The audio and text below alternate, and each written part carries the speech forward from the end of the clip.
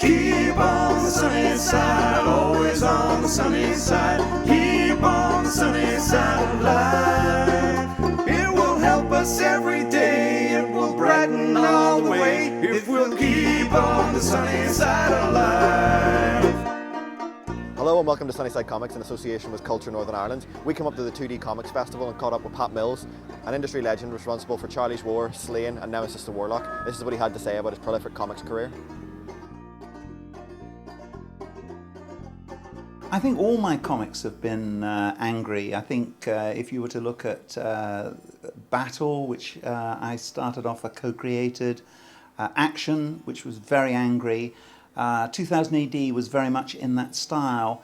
I think I've always seen comics as being subversive, and I think that some of the anger came from how pedestrian and how straight comics were at that time, and there needed to be a reaction to it.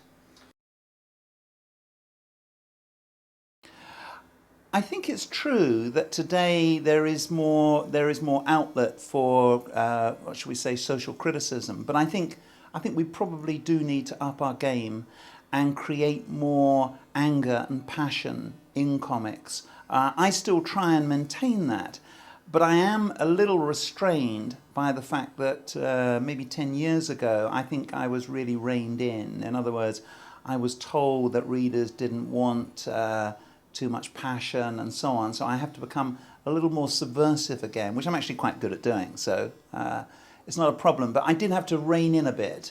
So, you know, I'm a little cautious, but yeah, I think the stuff I write is still fairly angry.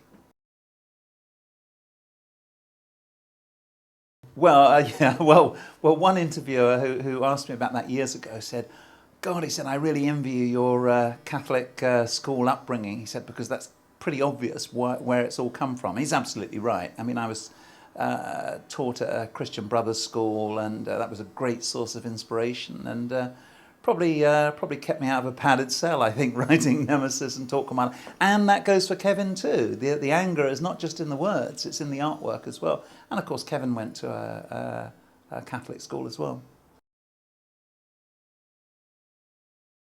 Charley's War, I think what's remarkable about it is it's a polemic, and it's a polemic that the audience responded to. So you had an anti-war story, which was the #1 story in a war comic, Battle.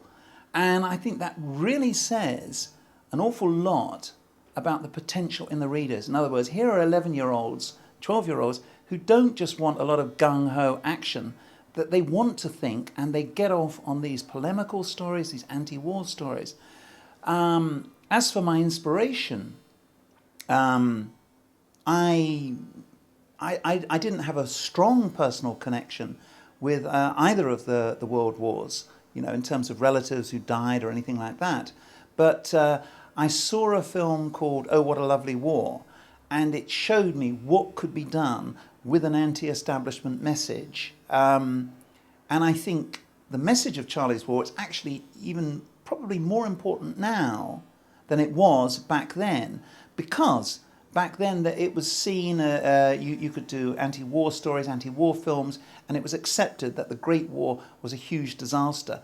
That is being challenged by modern historians, I think to their shame. I think it's absolutely shameful, and something I feel really passionate about, is that there is a revisionism which suggests that Haig was not the butcher that he clearly was, that he was a successful general. And you even have documentaries on the BBC, which I think there was a documentary about 3 years ago, something like the Somme Forward to Final Victory, some title like that. It was clearly a terrible, terrible disaster. And to revise that, I actually think is quite sinister. It has a sinister agenda in the times we live in, with Afghanistan and so on. In other words, if the memory of the Great War, the memory of Vietnam can be cleaned up and erased, and I think it is very deliberate on the part of, what should we say, establishment historians. Well, I have Irish roots, so I wanted to rediscover my Irish roots.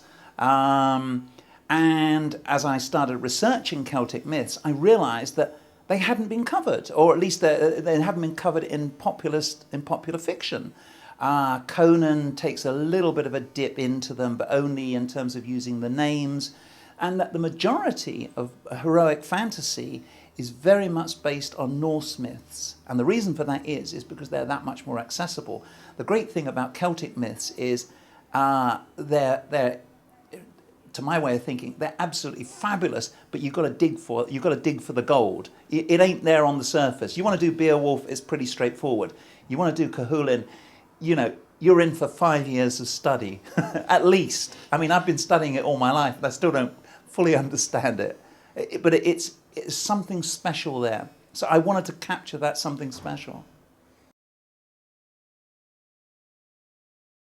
Well, the thing was, all my peers were writing superhero stories, and I thought, I can't write these because I didn't grow up reading superhero stories. I actually, because I write stories like Charley's War about real heroes, I have a bit of a, an ethical problem about writing about these ridiculous guys who I don't think, in the main, really should be called heroes, never mind superheroes.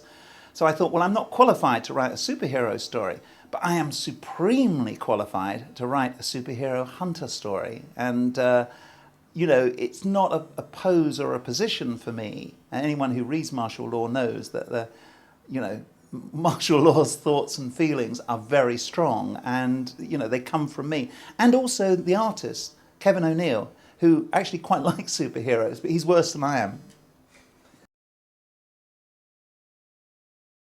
Well, 2000 AD was based on French comics, primarily, and on a European style of comics, even if it did come from the States, like, say, Mike Kaluta.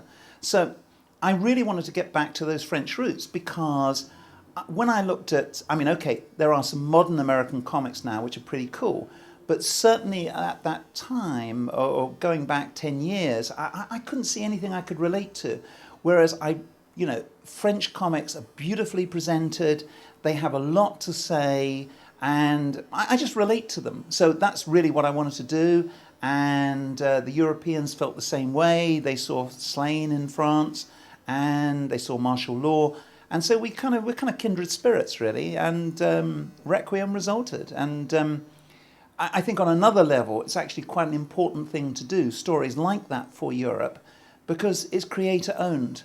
And the majority of stuff for America is not creator-owned.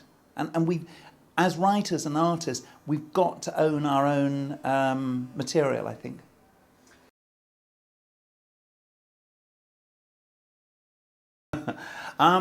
Well, probably a creative cul-de-sac, which is Charley's War. And in terms of having any effect on anyone, it hasn't influenced any subsequent stories. In other words, there's no begat from Charley's War. I mean, arguably, you've had, begats from Judge Dredd and things like that. But I think Charley's War is the most important story for me. But I am saddened by the fact that it is a creative cul-de-sac. In other words, nobody does a story about Afghanistan, nobody does a story about Iraq, and so on.